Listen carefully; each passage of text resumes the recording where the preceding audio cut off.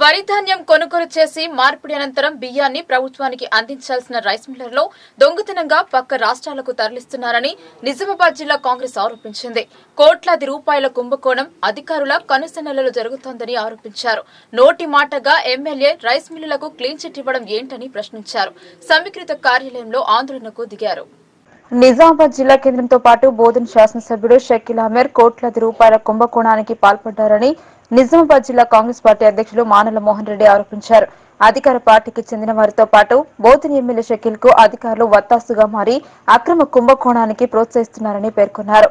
బియ్యం వ్యాపారంలో జరిగిన భారీ కుంభకోణాన్ని వ్యతిరేకిస్తూ కాంగ్రెస్ పార్టీ ఆధ్వర్యంలో కాంగ్రెస్ శ్రేణులు పెద్ద సంఖ్యలో తరలి వెళ్లారు. కాంగ్రెస్ పార్టీ కార్యాలయం నుండి సమీకృత భవనాల సముదాయం వరకు మోటార్ సైకిళ్లపై ఊరేగింపుగా బయలుదేరారు. ప్రధాన ద్వారం నుండి అదనపు కలెక్టర్ ఛాంబర్ వరకు నాయకులంతా కలిసి నినాదాలు చేసి లోపలికి వచ్చారు. అక్కడ ఉన్న పోలీసులు నిలువరించే ప్రయత్నం చేసినా ఫలితం లేకుండా పోయింది.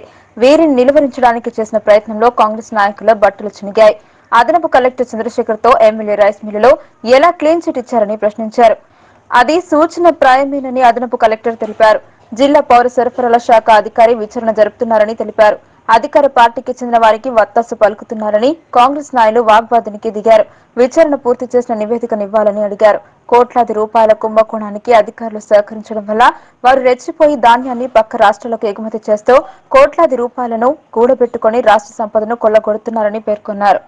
అనంతరం జిల్లా కాంగ్రెస్ అధ్యక్షులు మానల మోహన్ రెడ్డి మాట్లాడుతూ ధాన్యం కుంభకోణంలో ఎమ్మెల్యే షకీల్ పాత్రతో పాటు మిగతా అధికార పార్టీ నాయకుల మిల్లులకు కొమ్ము కాస్తూ అక్రమాలను ప్రోత్సహిస్తున్నారని పేర్కొన్నారు. దీంతో ఒక్కసారిగా వాతావరణం వేడెక్కింది. బోధన్ ఎమ్మెల్యే మరియు రైస్ మిల్లర్లు కలిసి చేసిన 100 కోట్ల బియ్యం కుంభకోణ అవినీతిలో జిల్లా అధికారుల పాత్ర కూడా ఉందన్నారు. ధాన్యం సేకరణ పేరుతో కేంద్ర రాష్ట్ర ప్రభుత్వాల అలసత్వం, రైస్ మిల్లర్ల అవినీతి, ప్రజాధనం దుర్వినియోగంపై కలెక్టర్ కు మెమోరాండం ఇవ్వడానికి వెళ్లిన కాంగ్రెస్ కార్యకర్తలపై పోలీసులతో దౌర్జన్యం చేశారని పేర్కొన్నారు.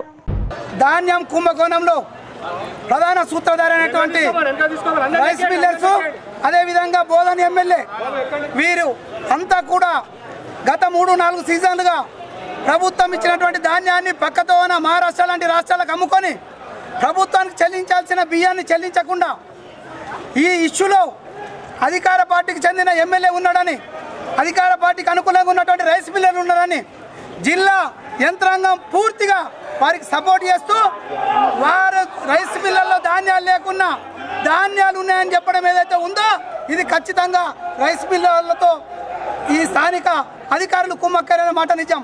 ఈ విషయాన్ని మేము అడగడానికి వస్తే కలెక్టర్ గారు లేకపోగా శాంతియుతంగా సైలెంట్గా కూర్చున్నటువంటి కాంగ్రెస్ కార్యకర్త పైన పోలీసులు నిర్దాక్షిణ్యంగా చివరికి నా పైన కూడా దాడులు చేస్తూ బట్టలు చింపుతూ విపరీతం ఈడ్స్ కచ్చుకుంటూ కాంగ్రెస్ కార్యకర్తలపైన దాడులు చేసిరు.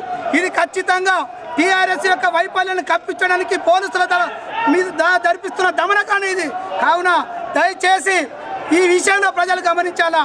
టీఆర్ఎస్ కు సంబంధించిన ఎమ్మెల్యేలు, మంత్రి, ఈ జిల్లాకు సంబంధించిన అధికారులందరూ కూడా ఈ రైస్ కుంభకోణంలో సూత్రధారులని కాంగ్రెస్ పార్టీ ఆరోపణ చేస్తుంది. ఇది నిజం కూడా.